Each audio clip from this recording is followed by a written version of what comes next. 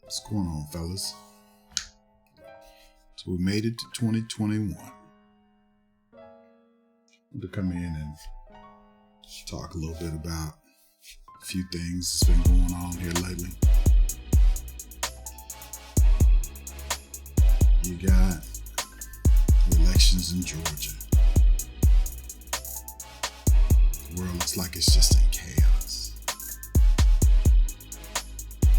I guess it's business as usual. We got Inyanla Vanzant says she's going to quit her show. I want to chime in a little bit on that. I think it's going to be a disservice to us. Really. Excuse me. I look at her show and it's exposing a lot of things that we need as a community. It seems that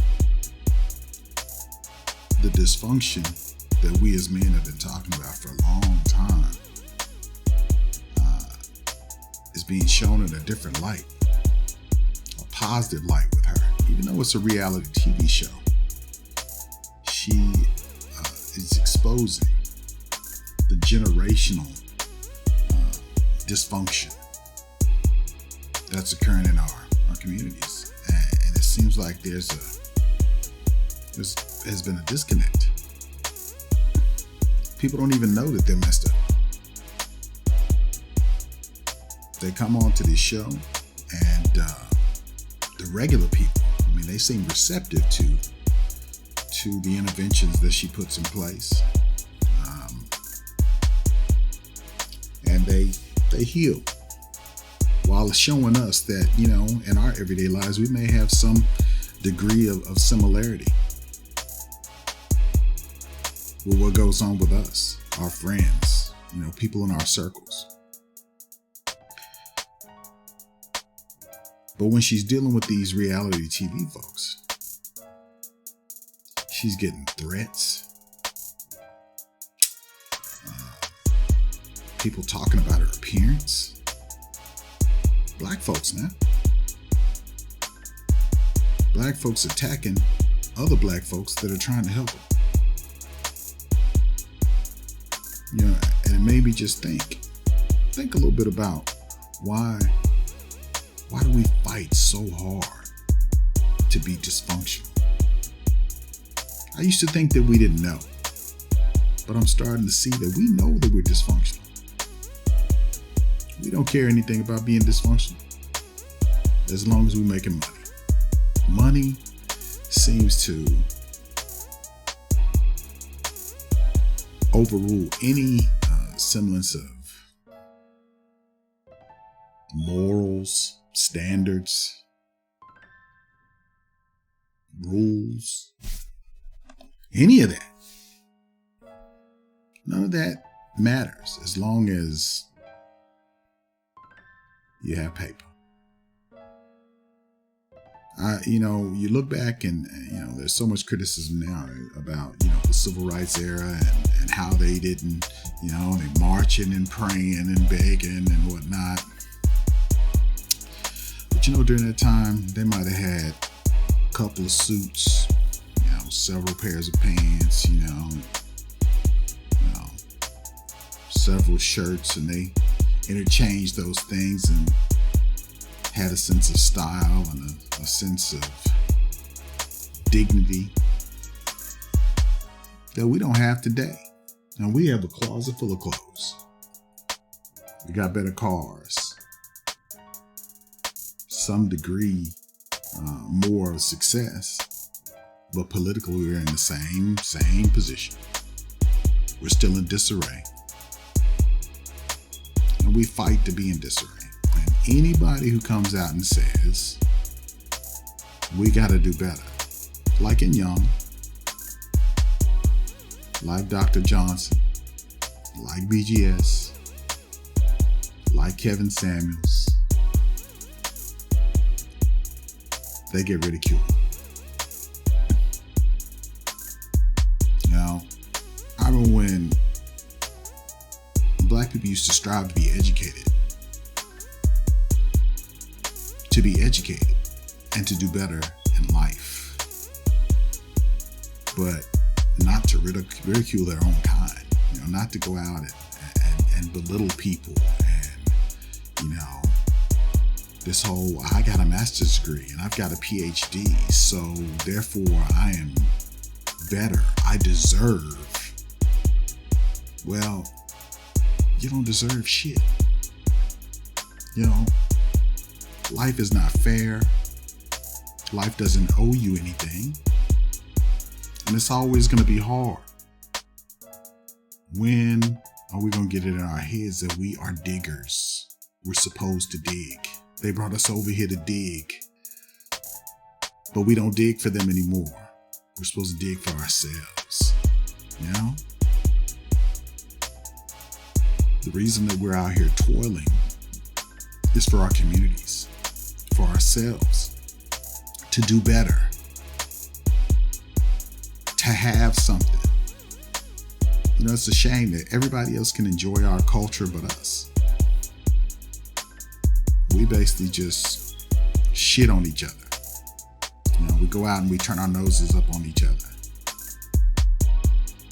And to some degree, some of that needs to take place. I admit, we've got some dysfunction going on out here that's just totally unruly. I mean, the wigs, the weaves, the lace fronts,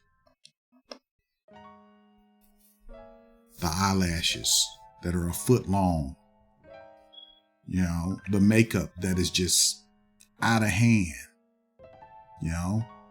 and to the guys, we're out here, we're looking tribal, just looking crazy. People come up to you and you don't know what they're going to do to you. You don't know what they're going to say to you. You don't even know how to act. And people just expect them to deal with them on a professional level, no matter how you look, So it's just a total separation of any kind of standards or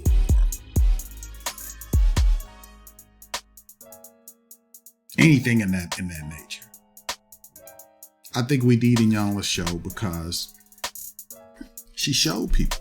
She showed these women that they were dysfunctional. She showed these men that they were dysfunctional. She put a spotlight on the fact that there were people who didn't even know that they were messed up. Like I said, you have men out here who are trying to run families who can't run families because they never were really taught how to be men.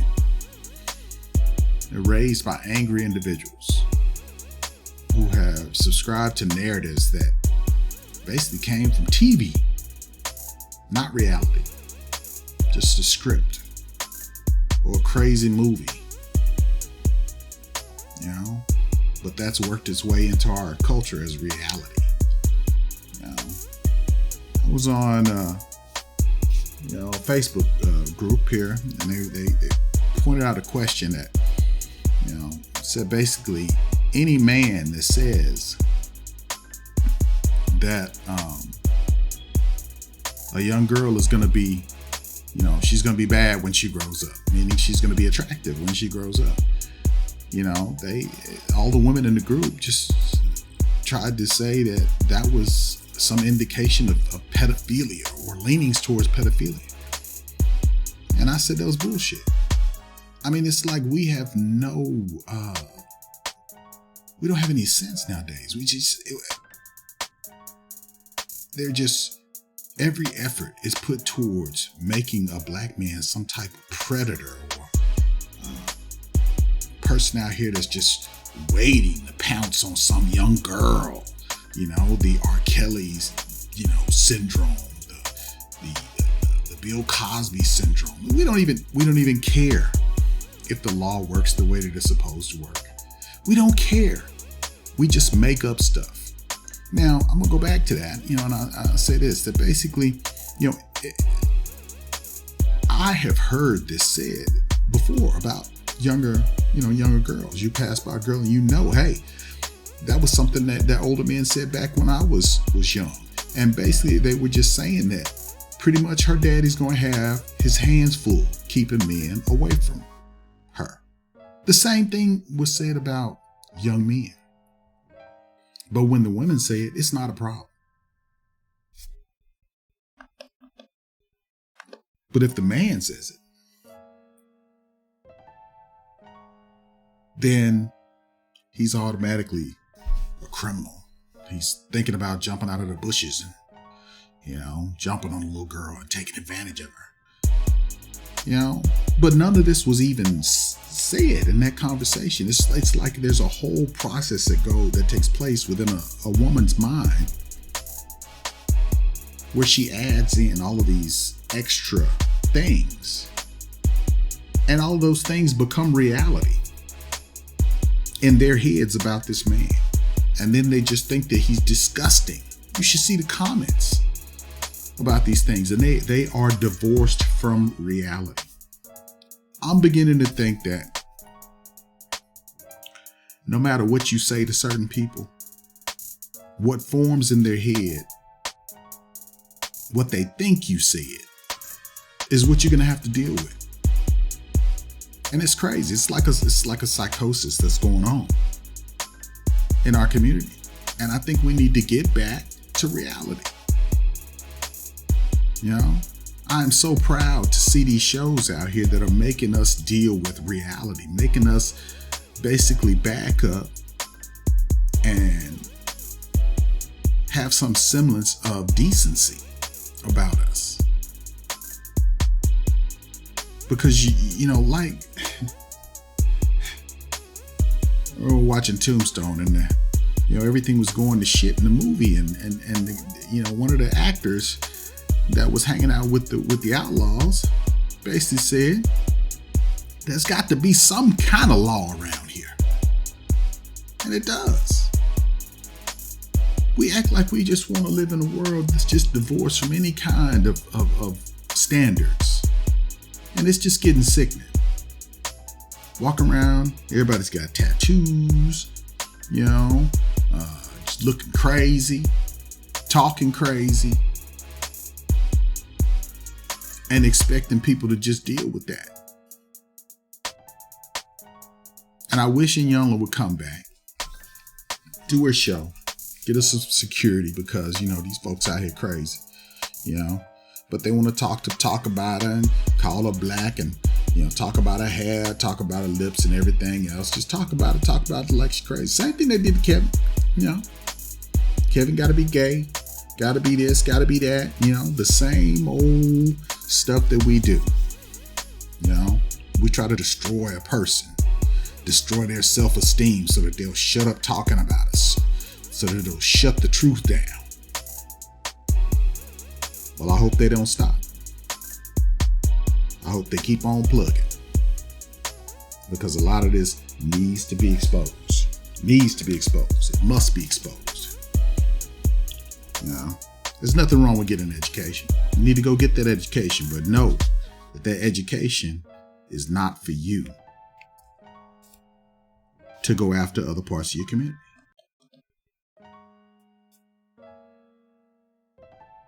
Stop fighting so hard to be dysfunctional.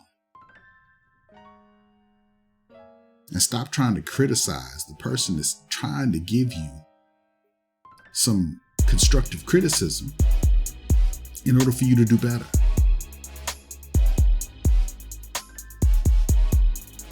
That's the way things are supposed to be. That's what your uncles, your grandmothers, your cousins, that's what they used to do.